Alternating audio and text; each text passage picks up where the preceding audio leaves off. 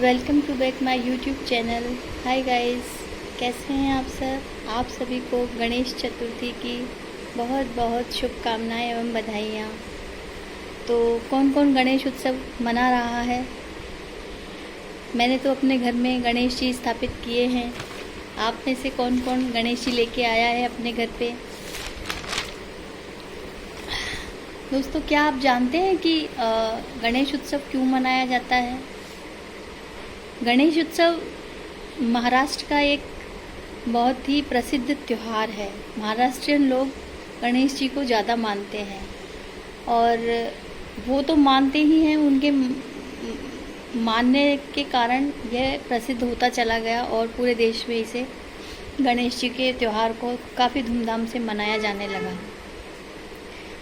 गणेश उत्सव महाराष्ट्र में बहुत ही अच्छी तैयारियों के साथ सेलिब्रेट किया जाता है।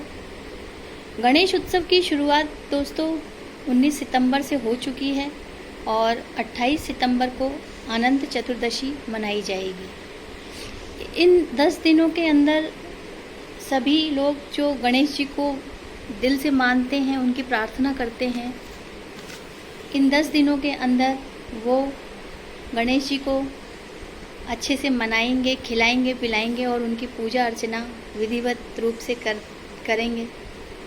और ऐसी मान्यता है दोस्तों कि यदि आप सफ़ेद कलर की मूर्ति को अपने घर में लाते हैं तो इससे आपका आत्मविश्वास बढ़ता है।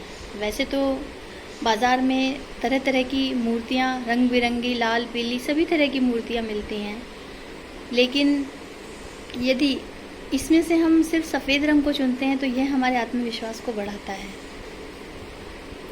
और ऐसी मूर्ति लाने से आत्मविश्वास बढ़ता है। दूसरा, हमें या तो गणेश जी बैठे हुए हों या गणेश जी लेटे हुए हों, ऐसी मूर्ति घर में लानी चाहिए। इससे घर में सुख समृद्धि आती है। हमेशा दोस्तों ये याद रहे कि गणेश जी की जो सूंड होती है, उसका जो मुंह है वो सीधे हाथ की तरफ मुड़ा हुआ होना चाहिए। यह किस्मत चमकाने के लिए काफ़ी मानी जाती है। इसलिए ध्यान रहे कि जब भी आप गणेश जी की मूर्ति बाज़ार से लेके आएं तो जो उनकी सूंड है वो सीधे हाथ की तरफ ही होनी चाहिए। इससे क्या होता है, घर में सुख समृद्धि की आती है। इसके अलावा गणेश जी की मूर्ति खरीदते समय हमें यह ध्यान रखना चाहिए कि उनके पास में मूषक जरूर होना चाहिए, क्योंकि यदि मूषक नहीं होता है तो ऐसा तो कुछ नहीं है, लेकिन कहा जाता है कि जो मूषक है वो गणेश जी को बहुत प्रिय है। इसलिए जब भी आप गणेश जी की मूर्ति लेके आएँ तो उनके पास में मूषक जी जरूर होने चाहिए।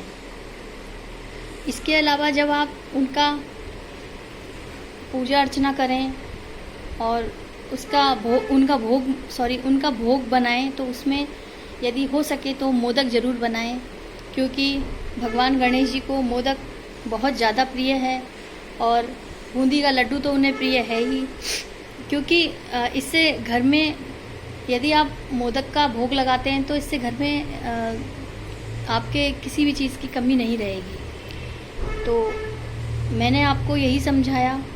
वैसे तो आजकल सभी जानते हैं कि क्या करना है, क्या नहीं करना है, फिर भी मैंने अपनी ओर से जो कोशिश हुई आपको समझाने की कि बाज़ार में मूर्ति लाते समय आप क्या ध्यान रखें और क्या ना ध्यान रखें।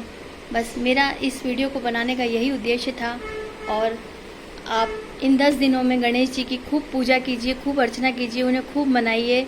और बप्पा साल में एक बार आते हैं, तो आप अच्छे से उनकी पूजा अर्चना कीजिए और उनके ध्यान में मगन रहिए और कुछ टाइम उनके भजनों में मगन रहिए, उनके भजन सुनिए और बस बप्पा को मनाने की कोशिश कीजिए।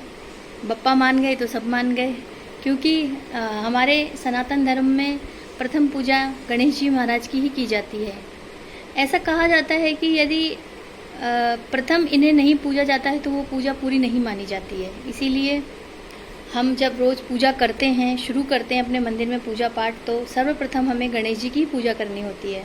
इसीलिए श्री गणेशाय नमः। आप सभी को धन्यवाद वीडियो को सुनने के लिए।